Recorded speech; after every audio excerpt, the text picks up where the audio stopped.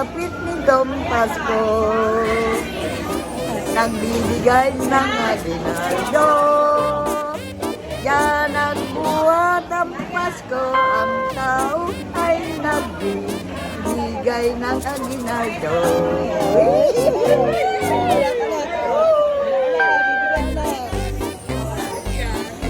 Jadi, akan na. Kalwalan mo muna. Kapit nitong Pasko.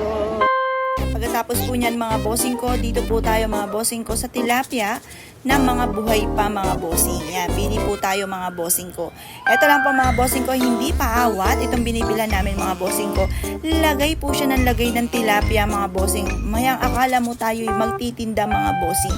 Ako po natatawa na lamang kapag po kami mamamalengke, ang dami po nagtatawag po sa amin mga bossing.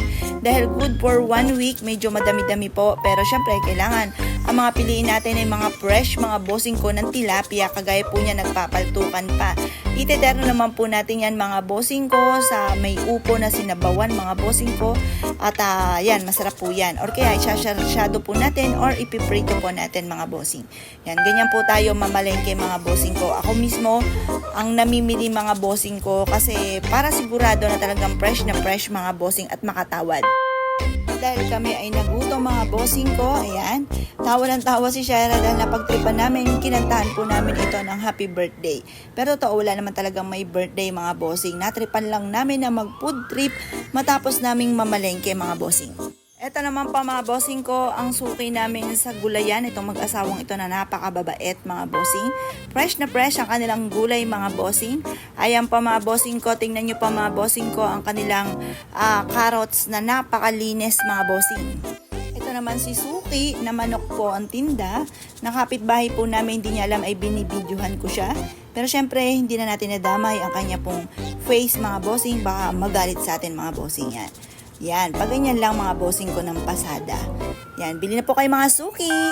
Ang Pasko ay sumapit, tayong lahat ay magsiyabit.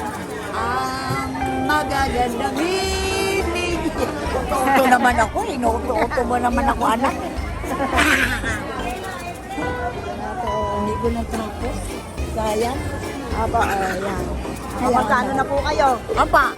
At ang Pasko ay sumapit. Hindi.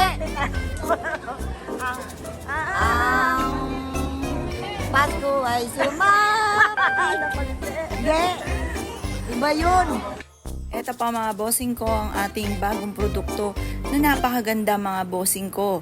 Tingnan nyo po ang amo ng kanyang mga mukha mga bossing. 3 kulay po yan. Meron tayong gold, green at saka red mga bossing. At ganoon din syempre sinamahan pa ng mga pooping dwarfs. Dito natin ilalagay mga bossing ko ang mga barya na mula rin po sa akin mga bossing na binilad natin sa moon water at may pahid din siya ng langis at pinauusukan. Ayan na naman mga bossing ko ang mga halaman na tinatawag na naman ako mga bossing. Kaya lang ako ay busy. Pag bumili ako ng halaman ay baka hindi ko na naman po siya madiligan at ito ay malanta mga bossing ko. Napakaganda. Diyos ko po Lord, napakahaba talaga ng pila mga bossing at may kabanasan dito sa loob mga bossing. Pero napakasarap ng buko pie. At syempre mga bossing ko, dumayo po kami sa The Original Buko Pie na napakasarap mga bossing. Siyempre mga bossing ko, pili-pili po muna tayo. Mamamalengke po kami ngayong araw na ito. Namimili po kami mga bossing ko, siyempre ng mga sariwa ng galunggong. Pero napakaganda, jackpot kami dito. Dahil sariwang-sariwa mga bossing ko ang galunggong na ititerno namin mga bossing ko sa munggo na may kamatis. At eto na nga po mga bossing ko, at last, nagawa na rin po mga bossing ko ang sarili naming disenyo mga bossing. Napakaganda nito mga bossing ko, buhay na buhay, lalo-lalo na ang kanilang mga mata at ganoon din ang kanilang mga kulay. Talaga namang ito ay nasa proseso mga bossing ko ang pagkakagawa po nito. Mangkok po ang kanyang tenga at meron din po siyang at mga bossing, never ending luck at A po mga bossing ko, apple pagyo mga bossing. Ngayong araw na ito ay kukunin na namin mga bossing ko ang sarili naming disenyo na napakagandang dwarfs mga bossing. Yan. Eto po, binidyohan ko siya dahil na-amaze ako sa matataas na bundok mga bossing. Naalala ko tuloy na nakatira kami sa may Batangas mga bossing ko, ay napakaraming ahas mga bossing ko sa kagubatan. At minsan na rin akong naligaw sa tubuhan mga bossing ko. Ako po'y, pero hindi ako umiyak. Nagdasal lang ako ng taimtim at yun nga po'y naglakad na naglakad hanggang sa nakalabas na po ako ng tubuhan mga bossing. Yan po, kaya pag nakakita ako ng ganyan, naalala ko yung nangyari sa akin doon sa tubuhan.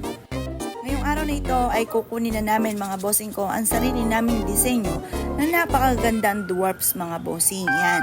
Ito po, binidyohan ko siya dahil na-amaze ako sa matataas na bundok mga bossing. Naalala ko tuloy na nakatira kami sa may Batangas mga bossing ko, ay napakaraming ahas mga bossing ko sa kagubatan.